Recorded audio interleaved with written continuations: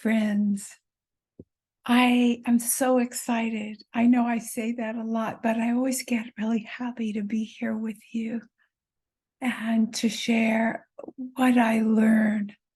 I would love to get your videos on what you're learning as well. It's just something that's come to me to share. And I'm happy that if you're listening, that it means something to you. So this is belonging number 3 video. And in the first one, I talked about how there is truth with a small t, in the sense that it happens that in life there are powers of control that allow certain people to enter a group and others to be left out. And if we take it further than this world, our fates or our unfolding of our life allows us to have opportunities or not. Sometimes roads are closed to us. It could be as simple as wanting to be a runner and your knees give out. Well, that option may not be there for you. Roads close, roads open, doors close. I want us to acknowledge that there's a hypnosis, that even though it's true, we don't have control over every door, whether we are allowed by a group or by life or circumstances, I'm calling that life, to go forward. There is a hypnosis when we say the experience of belonging, that it's 100% the power outside of us. And I started with a metaphor. I think it was on video number 2, and I didn't finish it. I said, so what if Martin Luther King, picture that stance. I didn't know him, probably you didn't either, but we picture a stance of somebody who knew he should be allowed. So he was told no, maybe by a racist position or whatever had been going on politically. Picture how he would take it versus, and I made a slide if you're in one of my groups about belonging. And on the continuum on the other side, I started to tell you about that, and I didn't finish my thought. On the other end of the continuum was somebody who came in feeling unworthy. Now, you might say they feel unworthy because of how they were treated from the outside. Yes, I'll give you that. But when we 100% take in the treatment that we've received in trauma or another situation, the important part right there that I want to point out, that I would like you to open to, is that in the situation of this person, they have believed it. So they are receiving that no. The way they actually came in, and there is a certain way that feels right. Even though it may feel terrible, somebody said, no, you can't. You're not good enough in whatever way, or you just were full. Whatever you hear, but you take it as not good enough. Why could that feel good? yeah, it feels superficially not good because it's a reminder, it's a trigger of those unworthy feelings. But there's a truth that just the way, in the world that you throw a ball, it comes out. When our outsides don't match our insides, we feel a word called dissonant, like something's wrong. But when we feel rejectable and like we've been rejected and we deserve it, there's a certain way that we feel right. And all is kind of well when the world matches what we believe.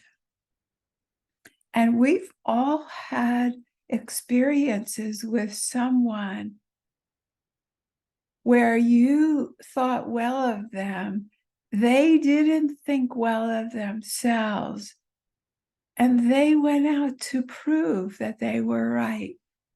Think back on that. I just had an experience with someone, and I thought, they're just gonna fly now, and I see their talent and I see their worth, and they hadn't made it in their field.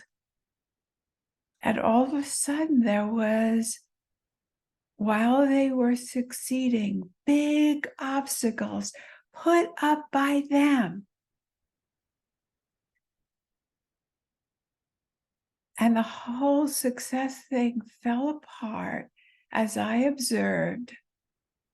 They were given opportunities that they trashed, from my point of view on the outside.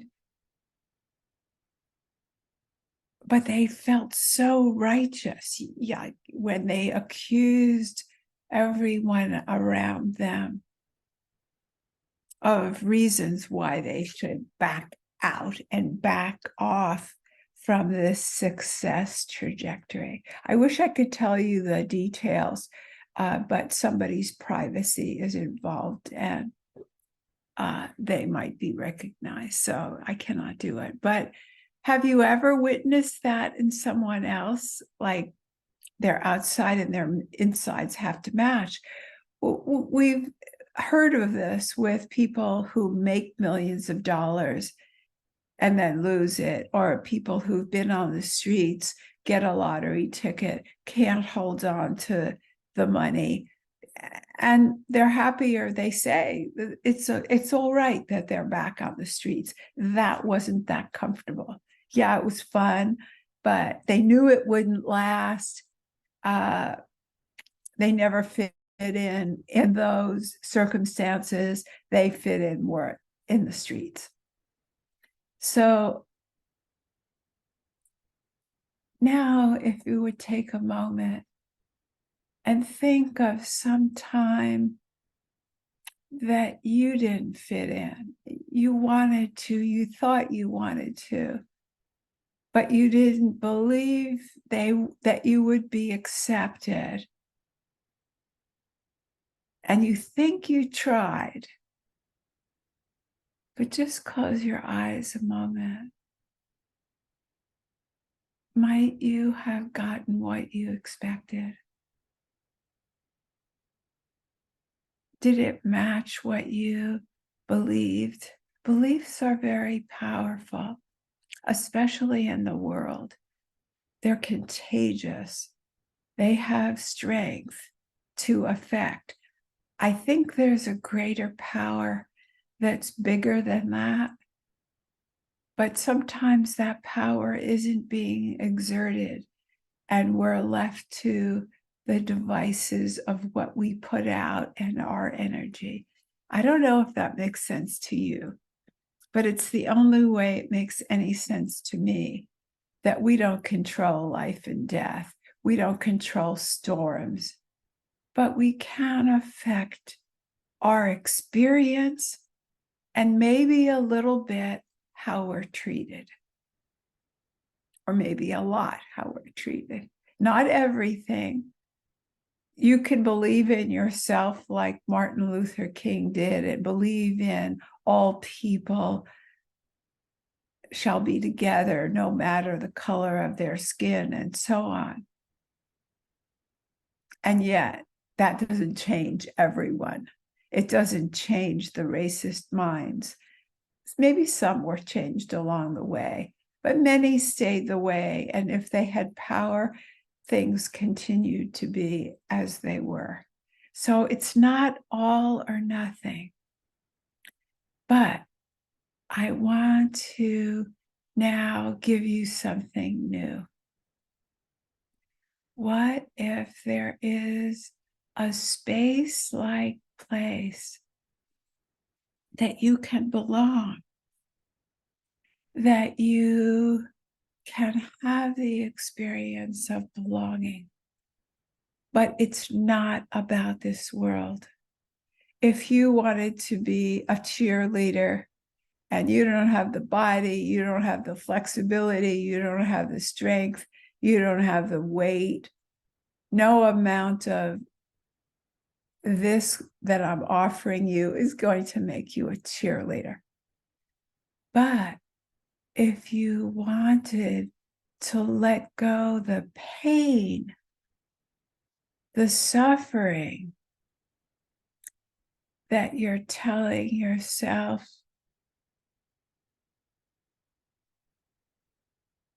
that you're not okay if you're not a cheerleader or a football player or a multi-million-dollar business entrepreneur, whatever, it doesn't matter what the subject is. Whatever your looping thoughts and feelings are about, notice that there's an experience you're looking for of belonging, and that's what I'm talking about.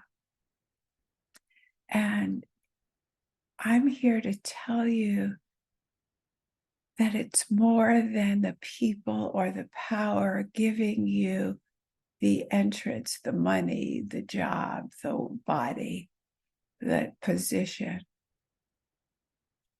You're looking to have an experience that we can all have right now. So focus right now on the thing that you would like, where you feel you don't belong. Maybe there's a person that's not treating you the way you would like. And your idea was if they just treated you with more respect, more love, more intention, more consideration, more help, more anything, then you would be happy, then you would whatever. If it's not a person, you fill in the blank. Take a moment and focus on either the thing that you want more of so that you have that experience of connection. That's what belonging is, to feel like you matter and you're connected to the tribe or the person or the job that has meaning for you. Take a moment and feel where you're not connected. How high is your number, 1 to 10, of their pain?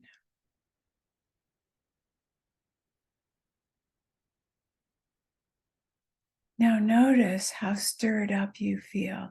And no matter what I've said before, there's this hypnosis. If they would just treat you differently, or you got that job, that's a hypnosis. We've got to see it's a hypnosis. All right, so you still want it. That's okay. You still want it. Now back up a moment and notice the wanting.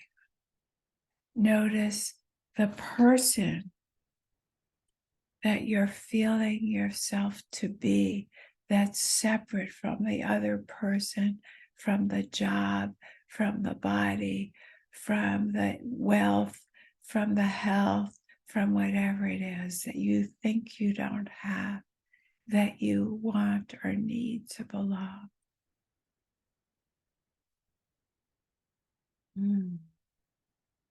Now drop that idea just for a moment. Step back into no thought, no particular feeling. Put the wanting in a bag, the gunny sack, throw it in. The craving, the unworthiness, the not enough, the not the right body, the not the right skin color, the not the right hair, the not right, whatever it is, not enough money, not enough, right? You get the idea. Throw it in the bag just for a moment. I'm going to hold the bag and you can take it back in a few minutes. But now there's nothing. There's no ideas. There's nothing missing. There's only breathing. Breathing in, breathing out. You're not even you. You're just aliveness. You're just energy. You're just everything and nothing. You're just something without a description. You're definitely so alive, but you don't have your image. You don't have your identity. You're just isness. Now we've just been there a minute or two. Think back on your wanting.